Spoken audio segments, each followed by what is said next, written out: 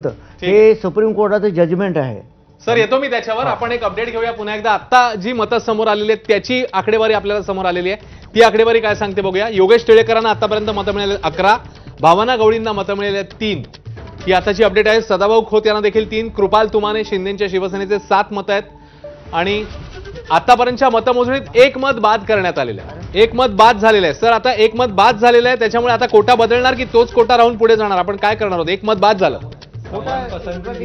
एक मत जे बाद झालंय त्याप्रमाणे कोटा तो काढायला लागेल। ठीक आहे, आपण गणेश ठाकूर यांच्याकडनं जाणून घेऊ की नेमकं काय झालं। एक मत बाद झालं म्हणजे गणेश, समान पसंती दिली, एक मत बाद झालं, नेमकं काय घडलंय?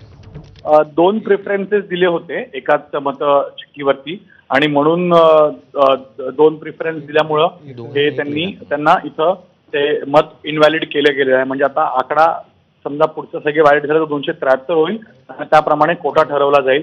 पण अजूनही या सगळ्या विषयांवर अजून मत इनव्हॅलिड व्हॅलिड हे सगळं सुरू आहे।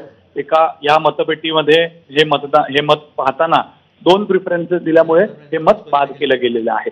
बरं, कोणत्या 2 उमेदवाराला फर्स्ट प्रेफरन्स दिला होता काय कळलंय? अद्याप नाही।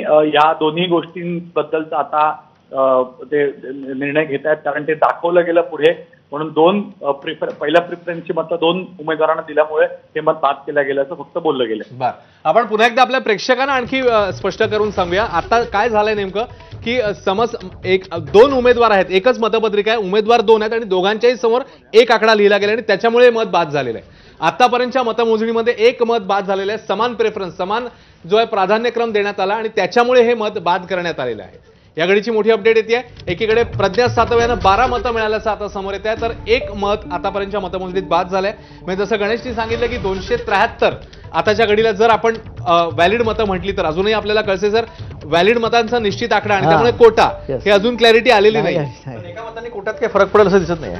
योगेश टिळेकर प्रत्येकी 12 मतं, पॉइंटवर जाताना फरक पडेल, पॉइंटवर जाताना सेकंड पुढे जाऊ त्यावेळी फरक पडेल। आता अपडेट येते योगेश टिळेकर आणि अमित गोरखेंना प्रत्येकी 12 मतं, सदाभाऊ खोत यांना 3 मतं।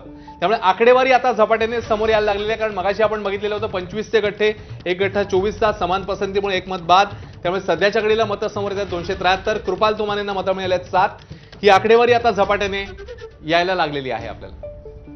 तर सदाभाऊ खोत यांच्या खात्यात 3, अमित गोरखे 12, मिलिंद नार्वेकर 17, भावना गवळी शिंदेच्या शिवसेनेच्या त्यांचीही मतं समोर आली आहेत। जयंत पाटील शेकापचे 2 मतं, प्रज्ञा सातव 12 मतं, राजेश विटेकर राष्ट्रवादी काँग्रेस 8 मतं, शिंदेच्या शिवसेनेचे कृपाल तुमाने यांची देखील मतं समोर आली आहेत। पंकजा मुंडेंची अपडेट येते। पंकजा मुंडे 10 मतं आतापर्यंत त्यांना मिळालेली आहेत। या घडीची मोठी अपडेट, पंकजा मुंडेंच्या खात्यात गेली आहेत 10 मतं